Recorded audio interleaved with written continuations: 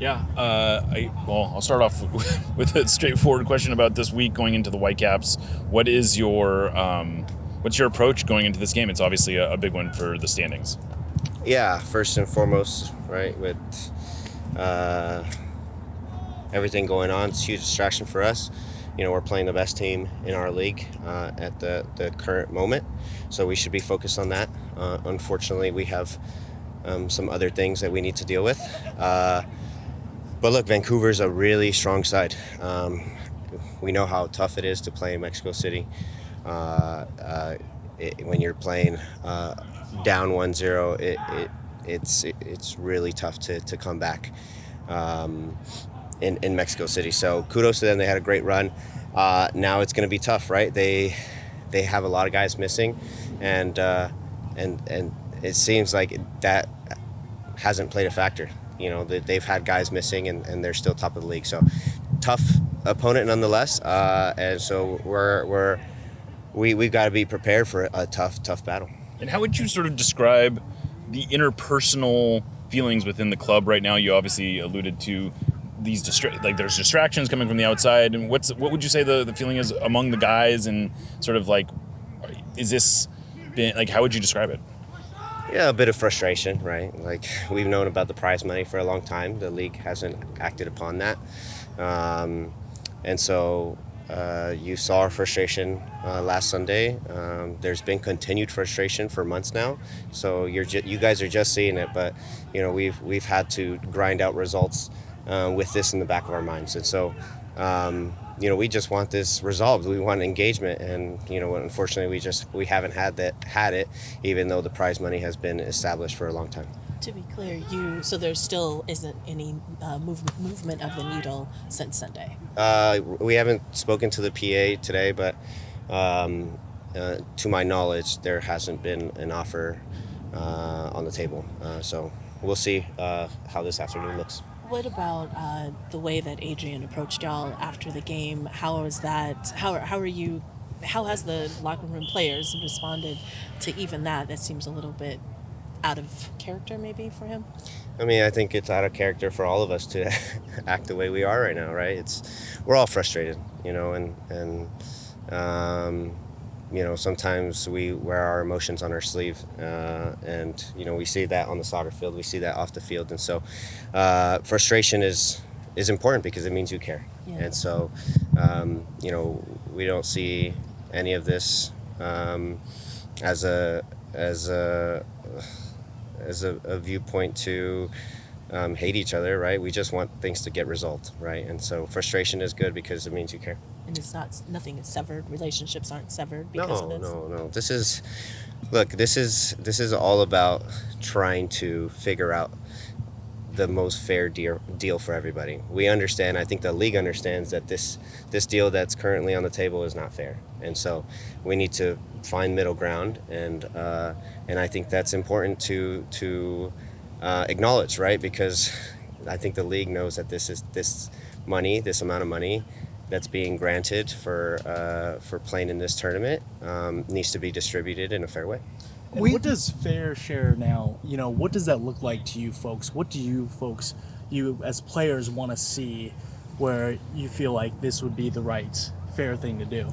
Well, right now there's $28 million on the table for 3 teams, and the players itself altogether are getting $3 million. And so when you look at that from that perspective, it seems like a bit lopsided, right? When you look at the standard, I think worldwide, you players are getting paid handsomely for going further and further in tournaments, for participating in tournaments that have big money. And so we want that standard that is across the world, right? And that's important. We've talked to a lot of teams, and so we'll hope to get to that point. And have there been any talks amongst your teammates or fellow players of even sitting out any of these games if you guys don't feel like you guys are getting that fair share? Yeah, that's an important question, right? Because unfortunately, we're 10 days away. But I obviously don't want to speculate. I don't know what the future holds, and there's essentially there's a lot of things that can happen leading up to that point. So we'll see what happens, right? We'll see what this next week looks like, but we're trying to take it day by day. A lot of the reports that we gathered in terms of what Adrian said indicated that he felt like maybe there was some sort of betrayal, like you guys should have walked up to him, maybe talked to him more directly.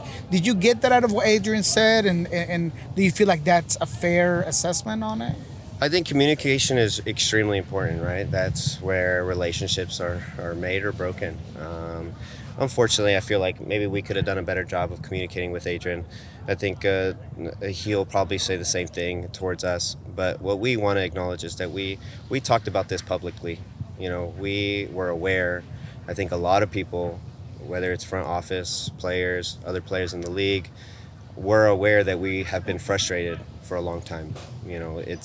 We have brought this to the attention of a lot of people, like you media members.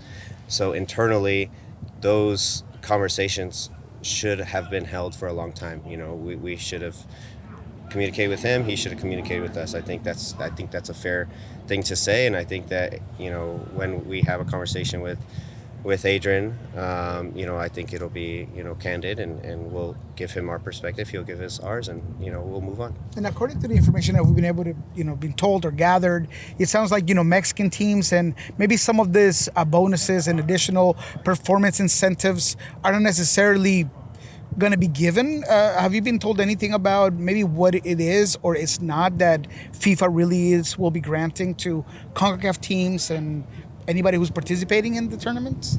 As I'm aware, it's $9.55 million for every team. And every win is $2 million. Every tie is $1 million. So I think it's very standard across the board. The more you win, the more money you make. But again, there's a big discrepancy between the amount of money that is being given to teams and then the amount of money that is taken home by players. Cristian, do you plan on, or does the team plan on wearing the shirts again? What are, if you're still not able to move the needle, what are next steps? But first, are you going to wear the shirts again? We'll see, right? I think we talked about doing it. We're talking about day to day, right? We are waiting to hear back from the league. We've been hearing back. We've been waiting for months now, and so we're taking it day by day. We'll see what happens. We'll see which way the needle goes. But for us, we're trying to focus on Vancouver. That's important to us as well, right? We need to be doing these things simultaneously, unfortunately, but we have a big game this weekend. Cristian, going back to Vancouver, you guys have had success playing up there in that stadium. Can you point to anything of why specifically you guys have been able to get so many points and even trophies in recent years up there in Vancouver? I think that this is a different Vancouver team. I think this is a team that brings a lot of intensity and mentality. Not that they haven't done in the past, but they're now scoring goals. They're a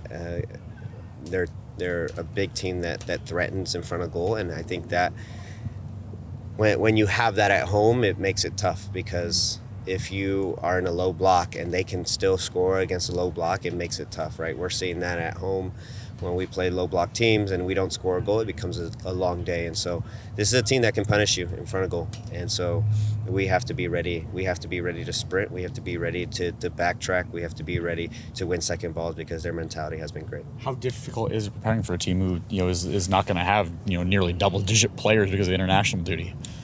Well, what we've seen out of Vancouver is that they have the same style regardless. And so we can prepare regardless for a tough Vancouver side. Now, we might not know who's going to play up front. We might not know who's going to play, in the midfielder positions. But their mentality and their intensity and their formation usually stays the same. A lot of your teammates, or a good portion of your teammates, weren't around in 2020 when you guys protested for Black Lives Matter. Can you talk a little bit about how they have, how they're reacting, how they're unifying together, and just kind of handling the situation? I know it's a distraction, but how do you see your teammates maybe even handling this moment?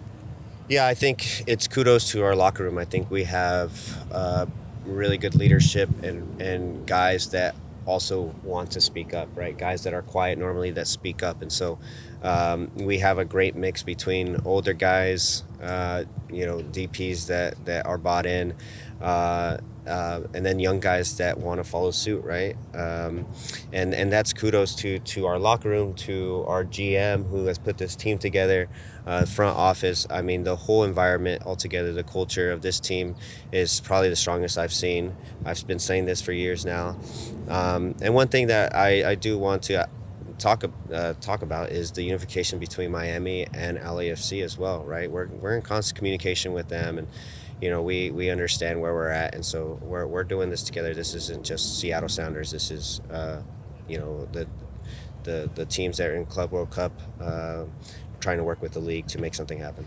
How important for the cause is it that a magnetine icon like Messi and Busquets and Alba get behind this motive and this protest? Yeah, I mean, we talked about the letter to Don Garber, right, with all the signatures, and in those signatures there were some big players on there, and so the fact that they're with us, right, they're fighting for the same right, the fair share, is important, right? They play a huge factor. And adding LAFC into the mix, right? That's another thing for us. Like we're it's not just two teams anymore; it's three, and so really important to have everybody on the same page. And it's great to see, and it's great to see how motivated we all are. And as you discussed earlier, throughout this whole presser, there's been frustration for the last couple months,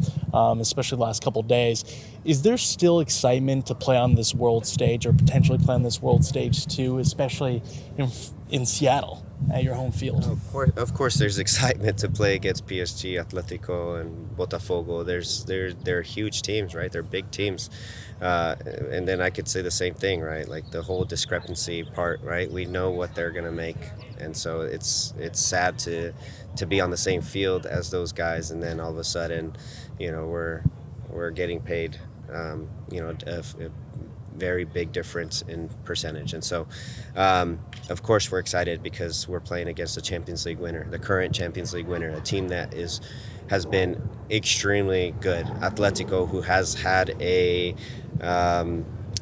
culture that you can see on the field, and Botafogo, a renewed team that brings a lot of energy. And so we have one of the strongest groups in the league, or in the tournament. And so understanding that part and how difficult it is going to be is such a fun challenge for us. How did you watch this year's UEFA Champions League final compared to maybe others? Did you watch it with a little bit of a scouting eye as opposed to a fan eye like in years past? Yeah, in a way, right?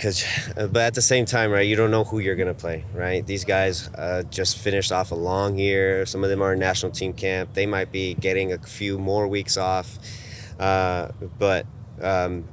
But it's exciting nonetheless, right? PSG, for example, is a team that is extremely fluid. They move around so much, and they're really hard to dispossess. We were watching Atletico Madrid in Champions League, and how determined they are even when they get a red card. I mean, those are moments that you can like bond together as a team in the locker room while watching, and so it's exciting, of course. But again, with all these distractions, it in a way it kind of takes away from all of that, because we just don't know what's next, right? Cristian, como el capitán del equipo, ¿cuál tú ves que sea la resolución? ¿Qué es lo que el objetivo es para que todo se resuelva por parte de esta protesta, de la compensación que se les está dando por el Mundial de Clubes?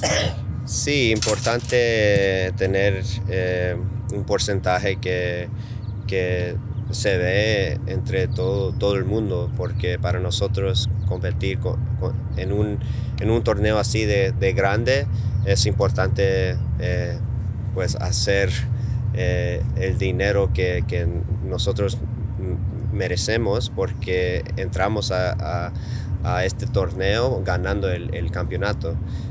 Siempre es difícil ganar un campeonato, y ahora que este torneo hay mucho más dinero, es importante pelear para eso. Seattle empezó las protestas, pero deberíamos esperar alguna clase de gestión por parte de LAFC e Inter Miami. Vamos a ver qué pasa esta semana con la liga, si hay una oferta. pero sí, hemos hablado con LAFC y Miami y vamos a ver si hay una respuesta de nuestras camisetas y vamos a ver qué va a pasar con Miami, LAFC. Nosotros hoy en día tenemos que hablar día a día. En el peor de los casos, si no llegase a darse una resolución, ¿está dispuesto Seattle a no jugar los partidos de Mundial de Clubes? ¿Y crees que los otros clubes estén dispuestos a no jugar? Como te dije antes, día a día, es muy importante saber qué dice la liga. Primero, tenemos que hablar con la liga. Vamos a ver si la liga quiere tener una oferta para nosotros y después podemos hablar de todo eso. Thank you. Cheers, guys.